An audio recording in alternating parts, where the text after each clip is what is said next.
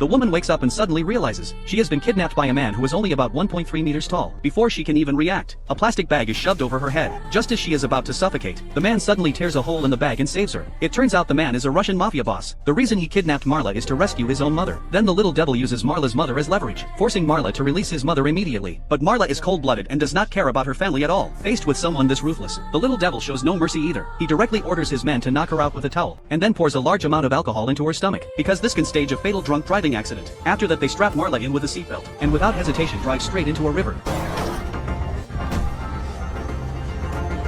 By the time Marla regains consciousness, it is already too late. She is sent crashing into the river along with the car.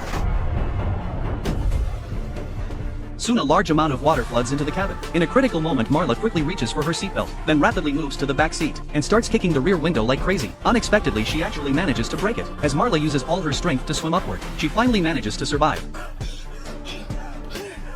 However, because of this incident, she swears to make the little devil pay a heavy price, because she has never suffered such humiliation in her life. After that, she immediately goes to her assistant's home. When she sees her assistant lying motionless on the ground, she quickly drags her out of the house, and prepares to take her to the hospital. But just 10 meters after the car moves, the house behind them explodes. It seems the little devil intends to wipe them out completely. Fortunately, thanks to timely treatment, the assistant soon wakes up. After going through this life and death experience, their relationship becomes much closer, and the idea of revenge begins to grow. Taking advantage of the quiet of the night, they start following the little devil's driver, because only by tracking him can they find the hideout. To successfully infiltrate the company building, Marla even changes her hairstyle, and sneaks into the underground parking garage under the excuse of using the restroom. She uses a stun gun to take down the driver.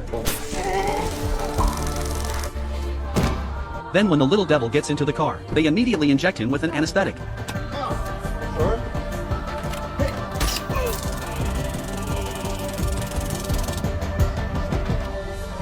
When the little devil wakes up again, he is already naked and dumped in the wilderness. Finally, Marla and her partner set the car on fire. It is not until the next day that a passerby finds him and calls for help. When the little devil regains consciousness again, Marla is already sitting by his hospital bed waiting. It turns out he has no identity or legal records, so Marla uses a trick to become his legal guardian, and successfully takes control of all his money and resources. Because of this, Marla suddenly becomes extremely wealthy, and soon becomes a public figure, constantly talking about how she achieved success, and even accepts media interviews. It seems like she is about to reach the peak of her life, but debts must always be paid. Just as she walks out of the TV station, a man in a cap suddenly shoots her.